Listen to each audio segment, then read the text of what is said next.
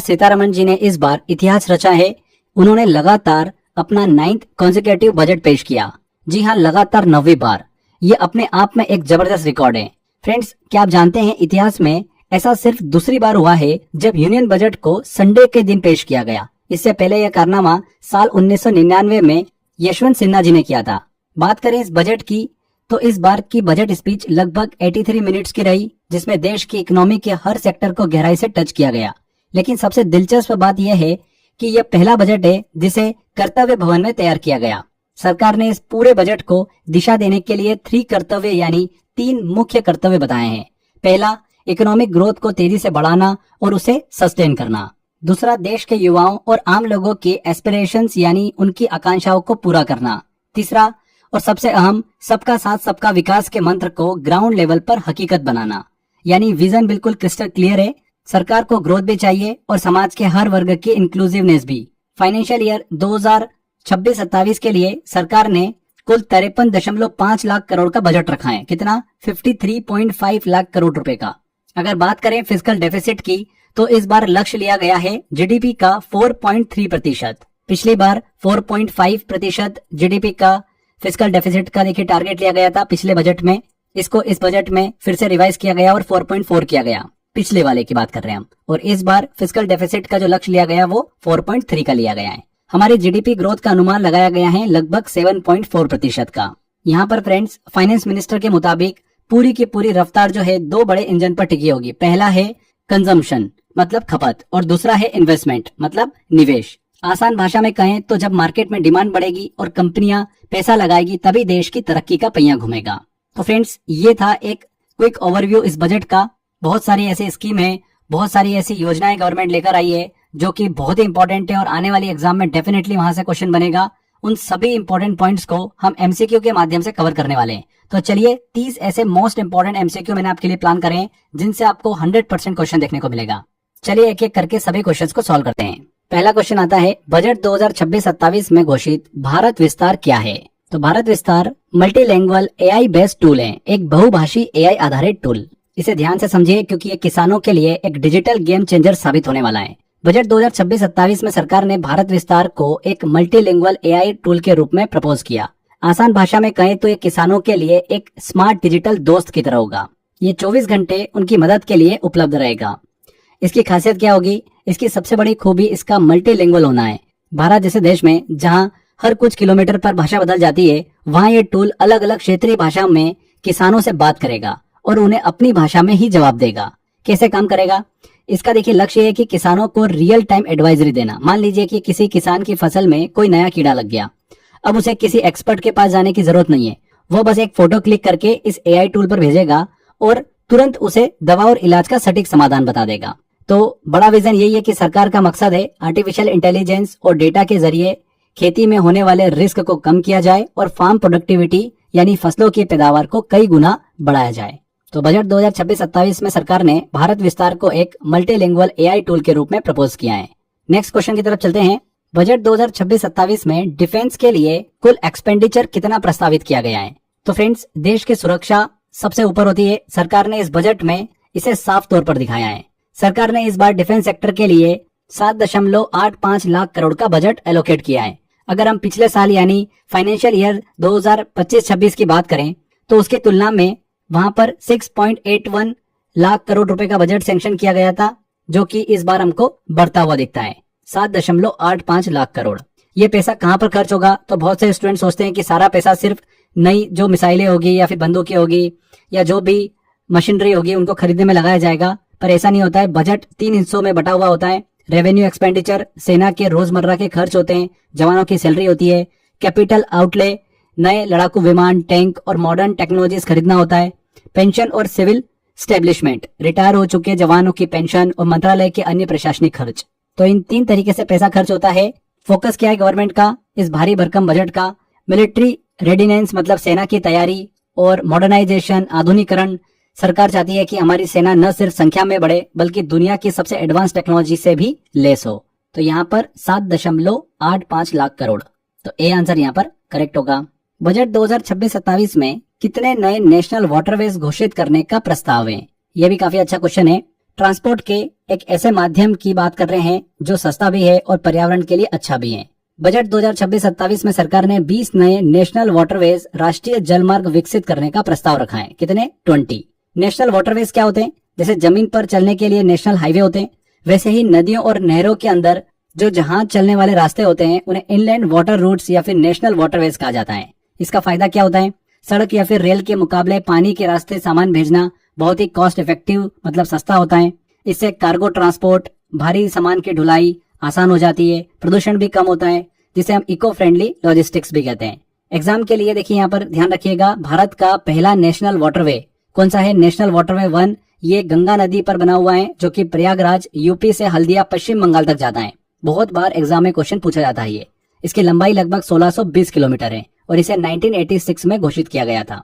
तो सरकार ने बजट में 20 नए नेशनल वाटरवेज घोषित करने का प्रस्ताव रखा है। कितना? 20। C answer. फाइनेंशियल ईयर 2026-27 के लिए सरकार द्वारा कुल एक्सपेंडिचर कितना प्रोजेक्ट किया गया है? तो फ्रेंड्स, एक्सपेंडिचर का सीधा मतलब होता है कि खर्च। बजट में सरकार ये बताती है कि अगले एक साल में वह देश के विकास पर कुल कितना पैसा खर्च करने वाली है।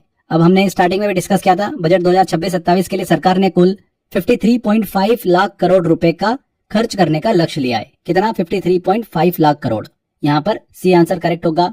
अगर हम पिछले सालों पर नजर डालें तो सरकार का खर्च लगातार बढ़ रहा है। 2024-25 में लगभग 46.5 लाख करोड़ था। 2025-26 में पिछले साल जो पिछला फाइनेंशियल ईयर था उसमें बढ़कर ये 49.6 लाख करोड़ हुआ, लगभग 50 लाख करोड़ के आसपास। और अब 2026-27 में जो आने वाला फाइनेंशियल ईयर है उसमें सरकार 53.5 लाख करोड़ रुपए खर्च करेगी। नेक्स्ट आता है question, self reliant India fund की स्थापना किस वर्ष की गई थी? Friends, self reliant India fund हमारे देश के छोटे उद्योगों की रीढ़ की हड्डी को मजबूत करने के लिए बनाया गया है, यानी आत्मनिर्भर भारत फंड। इस फंड की शुरुआत साल 2021 में हुई थी। इसका मुख्य लक्ष्य माइक्रो इंटरप्राइजेस, छोटे उद्योग और एमएसएमई सूक्ष्म लघु और मध्यम उद्यम को रिस्क कैपिटल या फिर इक्विटी सपोर्ट उपलब्ध कराना है। इक्विटी सपोर्ट क्या है? मान लीजिए कि एक छोटी कंपनी बहुत अच्छा काम कर रही है लेकिन उसे अपना बिजनेस फैलाने के लिए बड़े निवेश की जरूरत है, इन्वेस्टमेंट की जरूरत है। तब सरकार जो है इस फंड के जरिए उस कंपनी में पैसा लगाकर उसके हिस्सेदार बन जाती है। इसे ही इक्विटी सपोर्ट कहते हैं, जिससे बिजनेस बिना कर्ज के बोझ के बढ़ सके।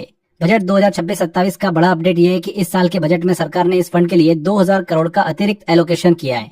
ये पैसा इसलिए दिया गया ताकि छोटे उद्योगों को लगातार इक्विटी सपोर्ट मिलता रहे और उन्हें पैसे की कमी न हो।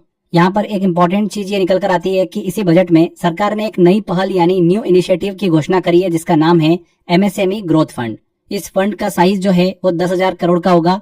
इसका लक्ष्य है भविष्य के एमएसएमई चैंपियंस तैयार करना। क्लियर हुआ आपको? यहाँ पर सेल्फ रिलायंट इंडिया फंड की बात हो रही है। इसकी स्थापना 2021 में की गई थी। अगले क्वेश्चन की तरफ चलते हैं। बजट 2026-27 में प्रस्तावित डेडिकेट केमिकल पार्क्स किस मॉडल पर बनाए जाएंगे? तो डेडिकेटेड केमिकल पार्क्स की बात हो रही है, प्लग एंड प्ले मॉडल पर बनाए जाएंगे। प्लग एंड प्ले मॉडल को यहाँ पर रटने की बजाय हम बहुत अच्छे एग्जाम्पल से समझ सकते हैं। मान लीजिए कि आपको एक ऑफिस खोलना है। अब दो रास्ते हैं, या तो आप खाली जमीन खरीदे, उस पर बिल्डिंग बनवाए, बिजली पानी का कनेक्शन ले जिसमें महीनों लग जाते हैं, या फिर आप एक ऐसा फर्निश्ड ऑफिस किराए पर ले सकते हैं जहां पर मेज, कुर्सी, इंटरनेट, बिजली सब कुछ पहले से तैयार है। आपको बस अपना लैपटॉप लेकर जाना है, उसे प्लग करना है और काम प्ले कर देना है। समझ गए आप? सरकार ऐसे 3 केमिकल पार्क्स बना रही है जहां पर जमीन, सड़कें, बिजली, पानी और गैस की पाइपलाइन पहले से बिछी होगी। कंपनियों को बस अपनी मशीनें लानी है और प्रोडक्ट शुरू कर देना है। इससे फैक्ट्री शुरू करने में समय और पैसा दोनों कम लगेंगे। बजट 2026-27 में सरकार ने इसके लिए 600 करोड़ का फंड रखा है।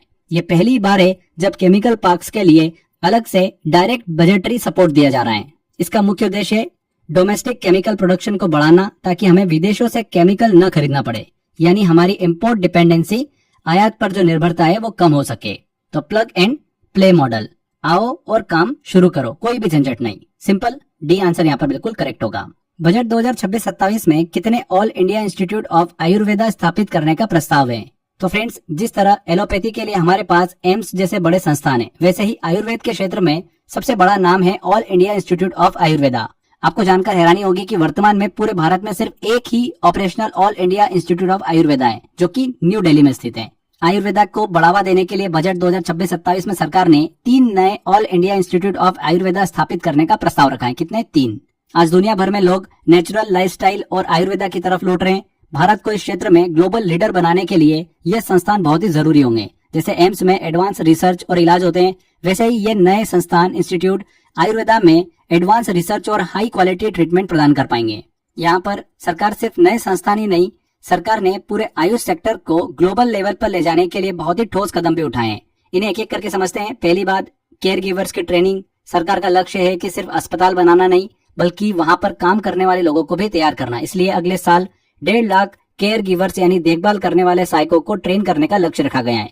दूसरा, दुनिया भर से लोग इलाज के लिए भारत आते हैं, इसी को बढ़ावा देने के लिए सरकार 5 रीजनल मेडिकल हब्स बनाने जा रही है। तीसरा, जामनगर का अपग्रेडेशन। गुजरात के जामनगर में WHO यानी वर्ल्ड हेल्थ ऑर्गेनाइजेशन का ग्लोबल ट्रेडिशनल मेडिसिन सेंटर स्थित है। बजट में इस सेंटर के अपग्रेडेशन का प्रस्ताव दिया गया।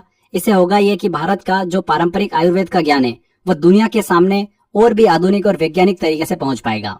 तो सरकार अब आयुर्वेद को सिर्फ घर के नुस्खों तक सीमित नहीं रख रही है, बल्कि इसे एक वर्ल्ड क्लास हेल्थ सिस्टम बनाने की दिशा में काम कर रही है। ध्यान रखिएगा, all India institute of Ayurveda कितने स्थापित करने का प्रस्ताव रखा गया है? 3। अगला क्वेश्चन आता है, खेलो इंडिया मिशन का कौन सा ऑब्जेक्टिव इनमें से नहीं है? तो फ्रेंड्स, स्पोर्ट के शौकीनों के लिए ये बजट बहुत ही खुशखबरी लेकर आया। फाइनेंस मिनिस्टर ने अगले 10 सालों के लिए एक खेलो इंडिया मिशन का प्रस्ताव रखा है। मिशन का लक्ष्य है, इसका मकसद सिर्फ खेलना नहीं, बल्कि भारतीय खेलों का पूरा चेहरा बदलना, मतलब रिवैम्प करना है। इसका मेन ऑब्जेक्टिव है जमीन स्तर से छोटे उम्र के खिलाड़ियों को चुनना और उन्हें वर्ल्ड क्लास लेवल तक पहुंचाने का एक रास्ता तैयार करना। खिलाड़ियों के साथ साथ उनके कोचेस को भी आधुनिक तरीके से ट्रेन करना, ताकि वे खिलाड़ियों को बेहतर सिखा सके।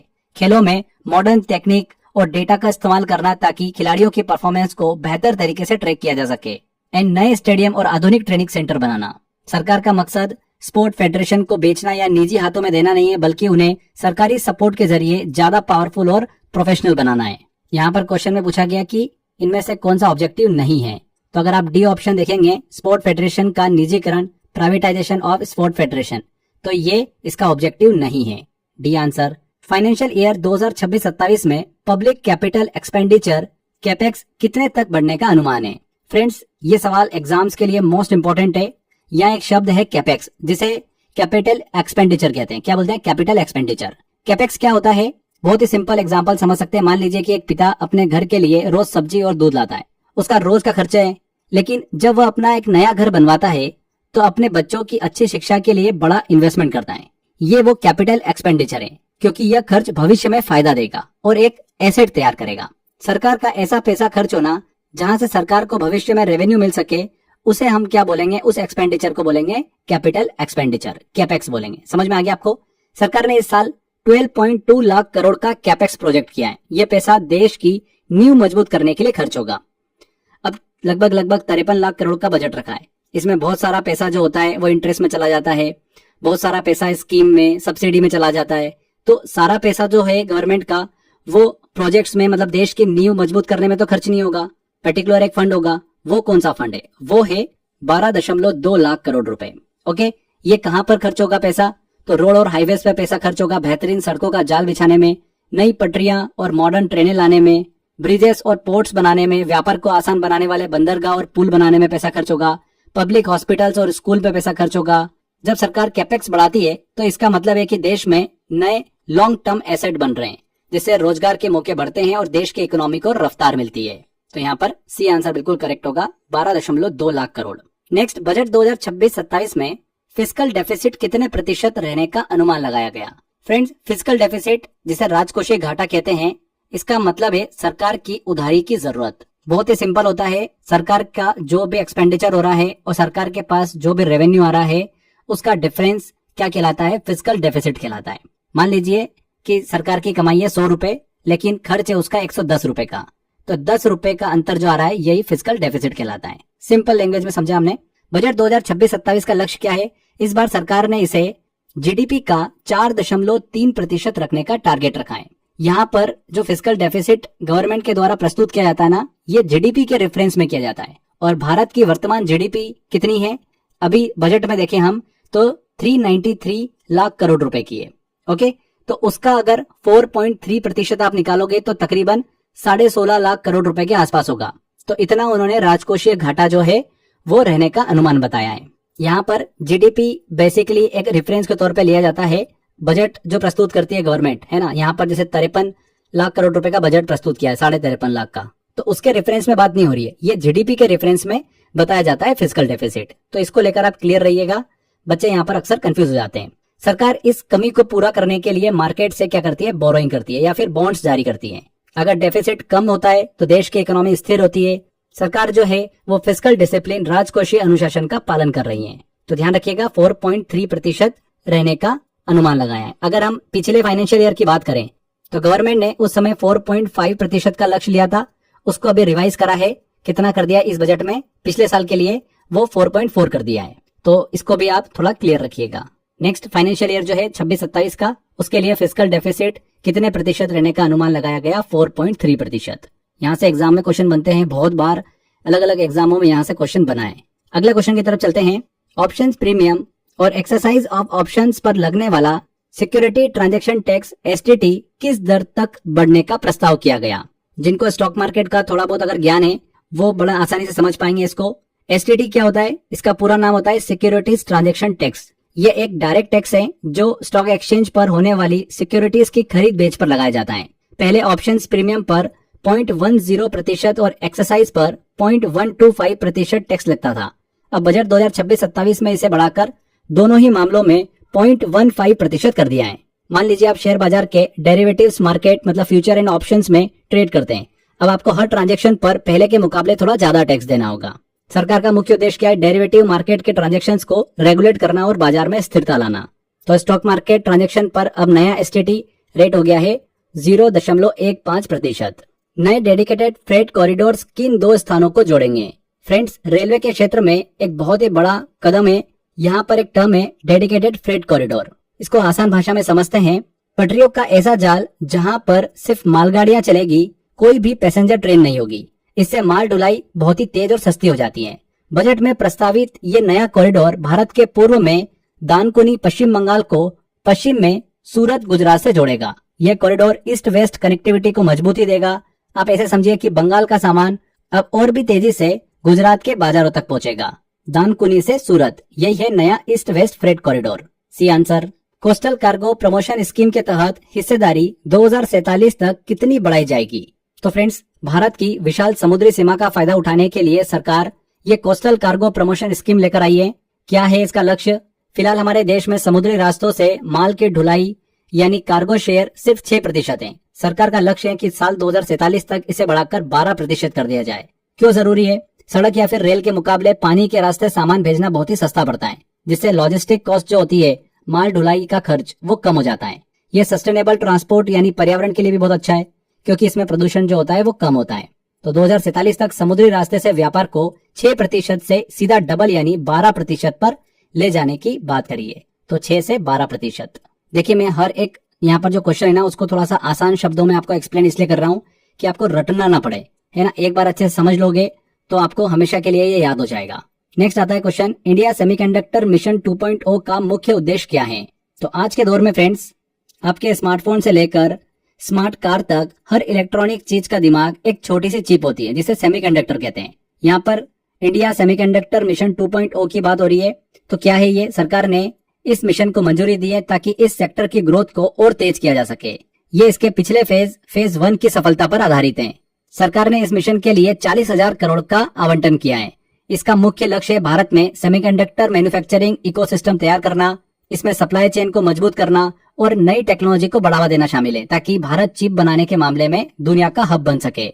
सिंपल वर्ड में, भारत अब सिर्फ चिप का इस्तेमाल नहीं करेगा, बल्कि खुद बड़ी मात्रा में सेमीकंडक्टर चिप का निर्माण करेगा। तो मुख्य उद्देश्य क्या है? सेमीकंडक्टर सेक्टर की ग्रोथ। C answer. अगला आता है, कंटेंट क्रिएटर लैब्स कितने सेकेंडरी स्कूलों और कॉलेजेस में स्थापित किए जाएंगे। तो फ्रेंड्स, अगर आप यूट्यूब, गेमिंग या फिर एनिमेशन में रुचि रखते हैं तो ये घोषणा आपके लिए बहुत ही एक्साइटिंग होने वाली है। सरकार ने 15,000 सेकेंडरी स्कूलों और 500 कॉलेजेस में कंटेंट क्रिएटर लैब्स बनाने का फैसला किया है।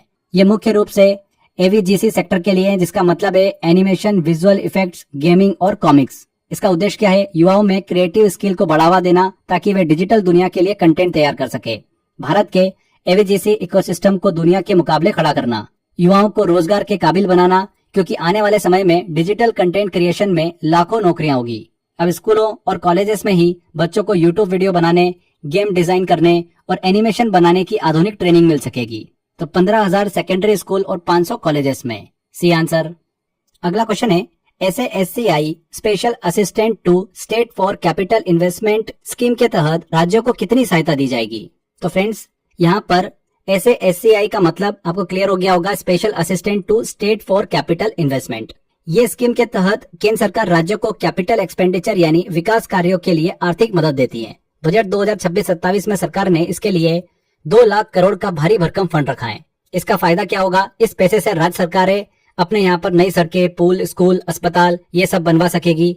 आप इसे राज्यों के लिए एक तरह का प्रोत्साहन मान सकते हैं, ताकि वे अपने इलाकों में इंफ्रास्ट्रक्चर को और भी मजबूत कर सके। तो इस स्कीम के तहत राज्य को कितनी सहायता दी जाएगी? 2 लाख करोड़ रुपए की। Carbon capture utilisation and storage scheme का आउटले कितना है?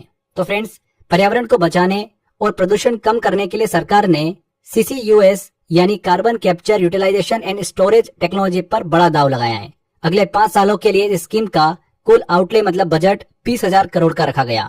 बड़े कारखानों और बिजली घरों से जो कार्बन एमिशन मतलब धुआं निकलता है, यह तकनीक उसे वातावरण में घुलने से पहले ही कैप्चर यानी पकड़ लेती है। फिर इस कार्बन को या तो दोबारा इस्तेमाल किया जाता है या फिर जमीन के नीचे सुरक्षित स्टोर कर दिया जाता है। इसका मुख्य लक्ष्य क्या है? भारत के क्लाइमेट गोल्स को पूरा करना और प्रदूषण को जड़ से कम करना। प्रदूषण के खिलाफ ये सरकार की 20,000 करोड़ वाली फिल्टर स्कीम है। C answer. बजट 2026-27 में कौन सा हाई स्पीड रेल कॉरिडोर प्रस्तावित है? तो फ्रेंड्स, भारतीय रेलवे अब बुलेट के रफ्तार से दौड़ने की तैयारी में है। बजट 2026-27 में सरकार ने 7 नए हाई स्पीड रेल कॉरिडोर बनाने का प्रस्ताव दिया है। इन 7 रूटों में सबसे महत्वपूर्ण है दिल्ली से वाराणसी वाला रूट। इसके अलावा मुंबई, पुणे और हैदराबाद, बेंगलुरु जैसे रूट्स भी शामिल हैं। इन हाई स्पीड कॉरिडोर का मकसद शहरों के बीच की दूरी को कम करना है और यात्रियों को एनवायरमेंटली सस्टेनेबल यानी पर्यावरण के अनुकूल तेज सफर की सुविधा देना है। इससे न सिर्फ समय बचेगा बल्कि बड़े शहरों के बीच व्यापार और कनेक्टिविटी भी कई गुना बढ़ जाएगी। दिल्ली से वाराणसी का सफर जो है बुलेट ट्रेन की स्पीड वाला होने जा रहा है। तो दिल्ली से वाराणसी, यहाँ पर ऑप्शन सी। बजट 2026-27 के अनुसार डेट टू GDP रेशियो कितना अनुमानित है? तो फ्रेंड्स, ये आंकड़ा देश की उधारी और उसकी चुकाने की क्षमता को दर्शाता है। डेट टू GDP रेशियो ये हमें बताता है कि देश की कुल कमाई GDP के मुकाबले सरकार पर कुल कितना पब्लिक कर्ज यानी उधार है। 2026-27 के लिए इसे 55.6% रहने का अनुमान लगाया गया है। अगर पिछले साल 2025-26 से तुलना करें तो जहां पर 56.1% था, तो इस बार इसमें कुछ कमी आई है। कितना हो गया? 55.6%। इस रेशियो का कम होना ये दिखाता है कि सरकार पर उधारी का बोझ धीरे धीरे कम हो रहा है, जो हमारी फिजिकल हेल्थ के लिए बहुत ही अच्छा संकेत भी है। तो 55.6%। नेक्स्ट है, महात्मा गांधी ग्राम स्वराज योजना को किस मिशन से जोड़ा गया है? तो फ्रेंड्स, महात्मा गांधी का सपना था ग्राम स्वराज यानी हमारे गांव आत्मनिर्भर बने। इसी विजन को आगे बढ़ाते हुए सरकार ने महात्मा गांधी ग्राम स्वराज योजना को समर्थ 2.0 मिशन के साथ जोड़ दिया है। यह योजना खादी, हथकरघा मतलब हैंडलूम और हैंडीक्राफ्ट पर आधारित है। सरकार अब इन्हें सिर्फ हमारी सांस्कृतिक पहचान नहीं मानती, बल्कि इन्हें एक मजबूत लाइवलीहुड मॉडल यानी कमाई का जरिया भी बनाना चाहती है। इसमें अब पारंपरिक धागों के साथ साथ मैन मेड और न्यूएस्ट फाइबर का भी इस्तेमाल किया जाएगा। साथ ही कारीगरों को टेक्नोलॉजी, नई स्किल्स और सबसे जरूरी मार्केट कनेक्ट, बाजार से जुड़ाव, इसकी सुविधा दी जाएगी। एग्जाम्पल से समझ सकते हो कि मान लो किसी गांव में एक बुनकर हाथ से साड़ियां बनाता है। पहले वह सिर्फ स्थानीय बाजार पर निर्भर था, लेकिन अब समर्थ 2.0 मिशन के जरिए उसे आधुनिक डिजाइन की ट्रेनिंग मिलेगी। उससे उसका उत्पाद जो होगा उसको बड़े शहरों के शोरूम्स या फिर ऑनलाइन प्लेटफॉर्म के जरिए जोड़ा जाएगा। इसका मकसद है गांव के हुनर को ऑर्गेनाइज सपोर्ट देना, ताकि वहां के लोगों का रोजगार और इनकम दोनों बढ़ सके। तो यहाँ पर समर्थ 2.0 मिशन। अगला क्वेश्चन है, जल जीवन मिशन के लिए कितनी राशि आवंटित की गई? तो बजट 2026-27 में जल जीवन मिशन के लिए 67,670 करोड़ रुपए की भारी भरकम राशि एलोकेट की गई है। इसका मुख्य लक्ष्य है ग्रामीण क्षेत्रों के हर घर में नल से जल यानी हर घर जल पहुंचाना। पहले गांव की महिलाओं को पानी के लिए मीलों दूर जाना पड़ता था, लेकिन अब इस मिशन के जरिए सुरक्षित और पर्याप्त पेयजल सीधे उनके घर तक पहुंचाने की तैयारी है। इससे न सिर्फ समय बचेगा बल्कि पानी से होने वाली बीमारियां भी कम होगी। तो 67,670 करोड़ रुपए का बजट आवंटित किया गया जल जीवन मिशन को। विकसित भारत गारंटी फॉर रोजगार एंड आजीविका मिशन VBG राम जी का एलोकेशन कितना है? बहुत ही इंपॉर्टेंट क्वेश्चन है। ये सवाल आपके एग्जाम के लिए मैं बोल सकता हूँ कि वेरी वेरी इंपॉर्टेंट, क्योंकि यहाँ एक बहुत बड़ा ऐतिहासिक बदलाव हुआ है। हम बात कर रहे हैं VB जी राम जी मिशन की। दिसंबर 2025 में पास हुए इस एक्ट के जरिए इस मिशन ने अब मनरेगा की जगह ले ली है, यानी अब मनरेगा को इसी नए नाम और नए नियमों के साथ जाना जाएगा, वीबी जी राम जी। सरकार ने इसके लिए 95,692 करोड़ रुपए का बजट रखा है। अब इस योजना के तहत हर ग्रामीण परिवार को साल में 125 दिनों के अनस्किल्ड मैनुअल वर्क यानी बिना किसी विशेष हुनर वाले शारीरिक श्रम की गारंटी दी जाएगी। पहले यह गारंटी सिर्फ 100 दिनों की हुआ करती थी, इसे बढ़ाकर कितना कर दिया है, 125 दिन कर दिया। इसे संसद में हमारे केंद्रीय ग्रामीण विकास मंत्री श्री शिवराज सिंह चौहान जी ने प्रस्तुत किया था। अब मनरेगा जो है क्या बन गया है, वीबी जी राम जी, और गारंटी है 125 दिनों के काम की। ध्यान रखिएगा, बजट 2026-27 में कितना एलोकेशन मिला है, 95,692 करोड़। बायोफार्मा शक्ति क्या है, तो बायोफार्मा शक्ति की बात हो रही है। इसका पूरा नाम है biopharma strategy for health advancement through knowledge, technology and innovation. इसका सीधा सा लक्ष्य है भारत को बायोफार्मा प्रोडक्ट के लिए एक ग्लोबल मैन्युफैक्चरिंग हब बनाना। ये मुख्य रूप से बायोलॉजिक्स और बायोसिमिलर्स पर काम करेगा। बायोलॉजिक्स का मतलब है जटिल बीमारियों के लिए वैक्सीन और जीन थेरेपी, और बायोसिमिलर्स महंगी दवाओं के सस्ते विकल्प। सरकार ने इसके लिए अगले 5 वर्षों में 10,000 करोड़ का खर्च का प्लान बनाया है। यह भारत की वह शक्ति है जो हमें दुनिया के लिए दवाइयां बनाने वाली सबसे बड़ी फैक्ट्री बना देगी। तो बायोफार्मा शक्ति क्या है, biopharma manufacturing initiative, C answer. अगला क्वेश्चन जो है यह भी बहुत ही इंपॉर्टेंट है, शी मार्ट्स क्या है। शी मार्ट्स इसका फुल फॉर्म है सेल्फ हेल्प एंटरप्रेन्योर मार्ट्स। ये जो पहल है हमारे ग्रामीण क्षेत्र की महिलाओं को सिर्फ कर्ज लेने वाली महिलाओं से आगे बढ़ाकर उन्हें खुद एंटरप्राइज ओनर्स यानी बिजनेस का मालिक बनाने के लिए शुरू की गई है। आपने लखपति दीदी प्रोग्राम के बारे में तो सुना होगा। ये पहल उसी की जबरदस्त सफलता पर आधारित है। शी मार्ट्स के जरिए ग्रामीण महिलाओं द्वारा तैयार किए गए सामान को एक ऐसा मार्केट प्लेस बाजार मिलेगा जहां वे अपने प्रोडक्ट को सीधे बड़े लेवल पर बेच सकेगी। शी मार्ट्स मतलब ग्रामीण महिलाओं के हुनर को बाजार से जोड़ना। क्लियर। तो यहाँ पर पूछा गया शी मार्ट्स क्या है, market place for rural women led enterprises, C answer. PM Setu scheme का कौन सा उद्देश्य इनमें से नहीं है। बजट में पीएम सेतु स्कीम के लिए 6,141 करोड़ रुपए का आवंटन किया गया। पीएम सेतु में सेतु का मतलब होता है एक ब्रिज जो आपकी पढ़ाई और ट्रेनिंग को सीधे इंडस्ट्री की डिमांड से जोड़ता है। ये जो स्कीम है इसका काम क्या है, आईटीआई सिस्टम को पूरी तरीके से इंडस्ट्री लेड मॉडल में बदलना, यानी वही सिखाया जाएगा जिसकी कंपनी को जरूरत है। करिकुलम और इंफ्रास्ट्रक्चर को अपग्रेड करना ताकि आप पुरानी मशीनों की जगह पर नई टेक्नोलॉजी पर सीखे। इस स्कीम का पूरा फोकस युवाओं की एम्प्लॉयबिलिटी यानी उन्हें नौकरी के काबिल बनाने पर है। इसका खेती की सब्सिडी से कोई भी लेना देना नहीं है। और यहाँ पर डी वाले ऑप्शन में दे रखा है कृषि सब्सिडी वितरण। तो पूछा गया है कि कौन सा उद्देश्य नहीं है, agriculture subsidy distribution, D answer. National council of hotel management को अपग्रेड करके कौन सा नया संस्थान बनेगा। फ्रेंड्स, उत्तर प्रदेश के नोएडा में स्थित national council of hotel management को अब अपग्रेड करके national institute of hospitality NIH बनाया जाएगा। इसका मुख्य उद्देश्य है हॉस्पिटैलिटी एजुकेशन को और ज्यादा इंडस्ट्री ओरिएंटेड और ग्लोबली कॉम्पिटिटिव बनाना। सरकार चाहती है कि यहाँ की पढ़ाई सिर्फ किताबों तक सीमित न रहकर स्किल और एम्प्लॉयमेंट पर आधारित हो। ये नया संस्थान एकेडमिया, इंडस्ट्री और गवर्नमेंट के बीच एक ब्रिज यानी पुल की तरह काम करेगा। मान लीजिए पहले होटल मैनेजमेंट की पढ़ाई में पुरानी तकनीकें सिखाई जाती थी, लेकिन अब इस नए संस्थान में आपको ग्लोबल लेवल की लेटेस्ट सर्विसेज और मैनेजमेंट स्किल सिखाई जाएगी, जिससे छात्रों को दुनिया भर में बेहतरीन नौकरियां मिल सके। तो national institute of hospitality, C answer. India's 8th national institute of design Bharat के किस रीजन में स्थापित किया जाएगा। तो NID भारत में डिजाइन की पढ़ाई के लिए सबसे प्रतिष्ठित यानी प्रीमियम संस्थानों में माने जाते हैं। बजट 2026-27 में भारत का 8वां नेशनल इंस्टीट्यूट ऑफ डिजाइन स्थापित करने का प्रस्ताव रखा गया। ये संस्थान भारत के ईस्टर्न रीजन यानी पूर्वी भारत में बनाया जाएगा। वर्तमान में भारत के कुल 7 NID हैं जो कि अहमदाबाद, गांधीनगर, बेंगलुरु, हरियाणा, मध्य प्रदेश, आंध्र प्रदेश और असम में स्थित हैं। इन सभी को इंस्टीट्यूट ऑफ नेशनल इंपोर्टेंस का दर्जा प्राप्त है। पूर्वी क्षेत्र में यह नया NID वहां के डिजाइन इकोसिस्टम को मजबूत करेगा और स्थानीय कलाकारों और युवाओं को इनोवेशन और रिसर्च के नए मौके देगा। तो eastern, D answer. Global big cat summit 2026 किस शहर में आयोजित किया जाएगा। तो फ्रेंड्स, वन्य जीवों और पर्यावरण के संरक्षण के लिए ग्लोबल बिग कैट समिट 2026 एक बहुत ही महत्वपूर्ण अंतर्राष्ट्रीय स्तर का आयोजन होने वाला है।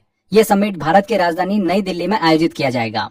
इसका मुख्य मकसद है बिग कैट्स जैसे कि tiger, lion, leopard, snow leopard, cheetah, इनके कंजर्वेशन और प्रोटेक्शन पर पूरी दुनिया का सहयोग बढ़ाना। यह summit international big cat alliance से जुड़ा हुआ है इसका पहला समिट जो है वो भारत में आयोजित किया जाएगा नई दिल्ली में। बजट 2026-27 में ग्लोबल बिग कैट समिट की बात कही गई थी, इसलिए इंपॉर्टेंट है, क्वेश्चन बन सकता है।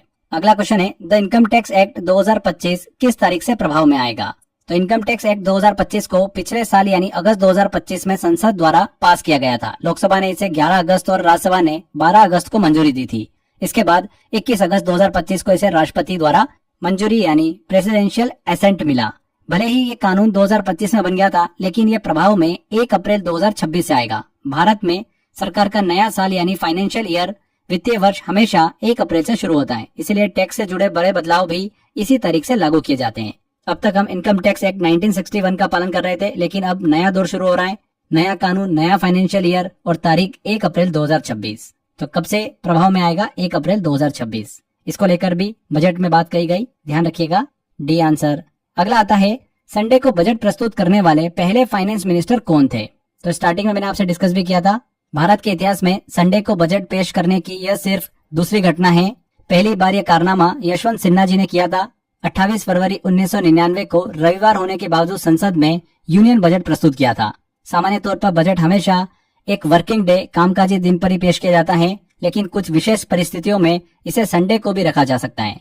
1999 के बाद अब सीधा 2026 में निर्मला सीतारमण जी ने इसे संडे को पेश किया है।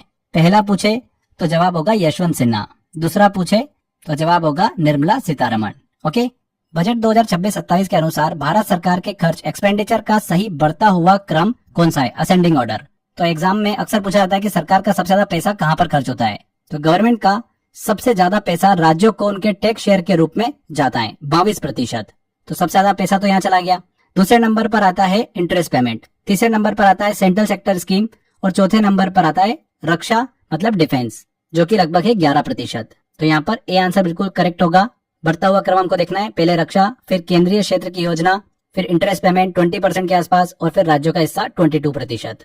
अगला है बजट 2026-27 के अनुसार सरकार की कमाई का सही बढ़ता हुआ क्रम कौन सा है। एक्सपेंडिचर हमने डिस्कस कर लिया, कमाई भी देख लेते हैं।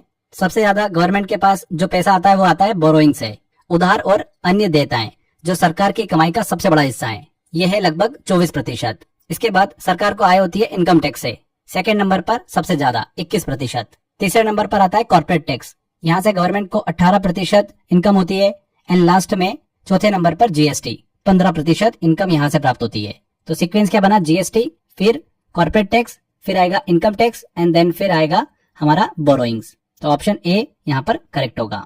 तो इनकम एक्सपेंडिचर से रिलेटेड 2 क्वेश्चन जो मैंने आपको दिए हैं बहुत इंपॉर्टेंट है, किसी भी रूप में यहाँ से क्वेश्चन आपसे पूछा जा सकता है। लास्ट में क्वेश्चन है, इसका जवाब आपको कमेंट बॉक्स में बताना है। वित्त मंत्री निर्मला सीतारमण ने 1 फरवरी 2026 को केंद्रीय बजट 2026